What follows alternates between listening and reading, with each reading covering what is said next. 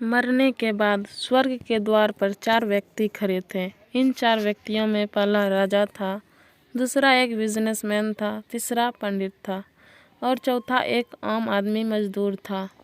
किसी को यह भी पता नहीं था कि कौन स्वर्ग के अंदर प्रवेश कर पाएगा और कौन वहीं से वापस लौटा दिया जाएगा। सब स्वर्ग का दरवाज़ा खुलने की राह देख रहे थे, आपस में बातें कर रहे थे। जैसे कि राजा को मरने से पहले ही आदत थी, उसने अपनी बात सबसे पहले बताई। राजा ने कहा, मैं बहुत प्रख्यात राजा हूँ। मैंने धरती पर अपना बहुत नाम कमाया है, इसलिए पूरी संभावना है कि मैं ही स्वर्ग में जाऊँगा।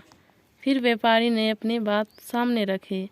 वह बोला, मैंने धरती पर खूब धन कमाया और उस धन से मैंने सैकड़ों लोगों की मदद की, इसलिए मैं स्वर्ग का हकदार हूँ। अब बारी थी पंडित की, तो पंडित ने मुंह खोला और सबको यह कहा, चाहे तुम जो सोच लो, लेकिन ये बात तो तय है कि स्वर्ग के दरवाजे खुलेंगे तो मेरे लिए ही। सब जानते हैं कि पंडित दिन रात भगवान को याद करते हैं, इसलिए स्वाभाविक है कि स्वर्ग में पंडित का स्वागत किया जाए। जब सब ने अपना अपना पक्ष रख दिया, तब सबकी नज़र उस मजदूर पर थी जो चुपचाप अपनी नज़रें नीचे झुकाए बिना कुछ बोले वहीं पर खड़ा रहा। स्वर्ग का दरवाज़ा खुला और वहाँ पर एक देवदूत आकर खड़ा हो गया। देवदूत के हाथों में एक पुस्तक थी जिसमें इन सभी के कर्मों के बारे में लिखा हुआ था। देवदूत ने सबसे पहले राजा को अपने पास बुलाया और उसको पूछा, तुम बताओ, तुमने अपने जीवन में क्या क्या अच्छे कर्म किए हैं। मैं उन्हें इस पुस्तक में देखकर फैसला करूंगा कि तुम्हें अंदर आने देना है या नहीं। राजा ने कहा, मेरा राज्य जितना बड़ा था उतना ही समृद्ध था और मेरी राज्य के सभी लोग खुशहाल थे। सभी बड़े आनंद से रहते थे। मैंने उन्हें कभी भी किसी भी चीज़ की कमी नहीं होने दी। यही मेरे अच्छे कर्म है। देवदूत ने अपने पुस्तक में देखा और देखने के बाद राजा से कहा, तुम सच बोलते हो। तुमने अपने राज्य की प्रजा को बहुत सुखी रखा था, लेकिन तुमने अपने राज्य की सीमा बढ़ाने के लिए जितने युद्ध किए थे, उन युद्ध की वजह से हजारों सैनिकों ने अपनी जान गंवा दी थी। उन हजारों सैनिकों के परिवार के दुख का कारण तुम बने थे, इसलिए तुम स्वर्ग में नहीं आ सकते। अब बारी थी व्यापारी की। व्यापारी से सब देवदूत ने पूछा कि तुम्हारे अच्छे कर्म क्या है। तब व्यापारी ने उससे कहा, मैंने सैकड़ों लोगों को खाना खिलाया है, कई आश्रमों में दान किया है, कई निराश्रित लोगों के लिए घर बनाकर दिया है। यह मेरे अच्छे कर्म। देवदूत ने फिर से अपने पुस्तक में ध्यान से देखा और देखने के बाद व्यापारी से कहा, तुम्हारा कहना भी ठीक है।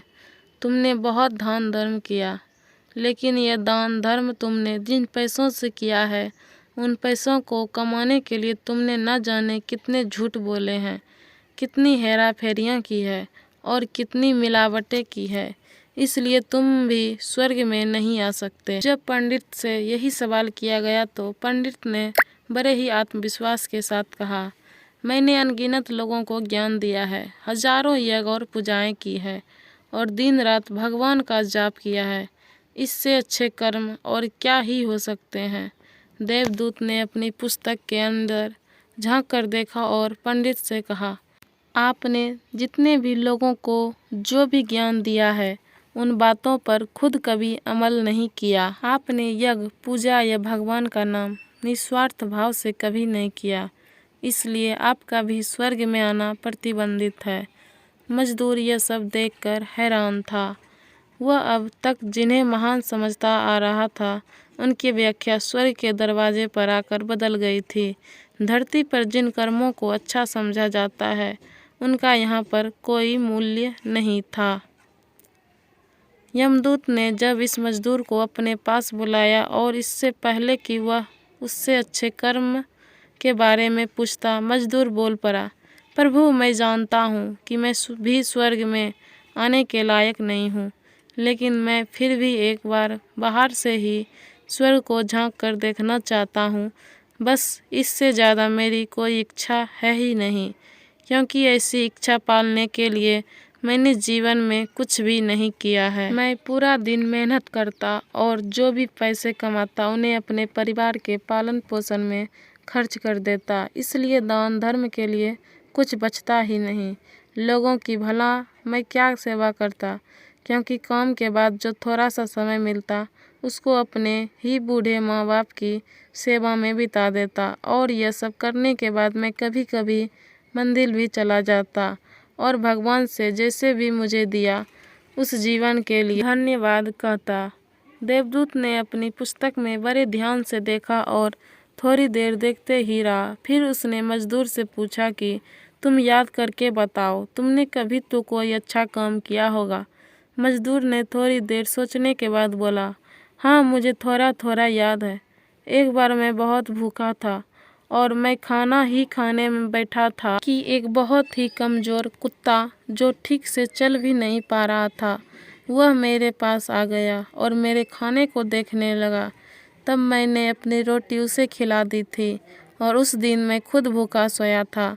मजदूर की बात सुनने के बाद देवदूत मुस्कराया और मजदूर को बड़े सम्मान से स्वर्ग के अंदर लेकर गया। दोस्तों, अच्छे कर्म लोभ मोह माया इन सब भाव में आकर नहीं किए जाते और ना ही उन्हें अच्छे कर्मों की श्रेणी में गिना जाता है। निस्वार्थ भाव से किया गया एक ही अच्छा कर्म भी आपके जीवन के सारे पाप धोने की शक्ति रखता है। इसलिए जब भी मौका मिले निस्वार्थ भाव से और अच्छे मन से अच्छे कर्म किया करें।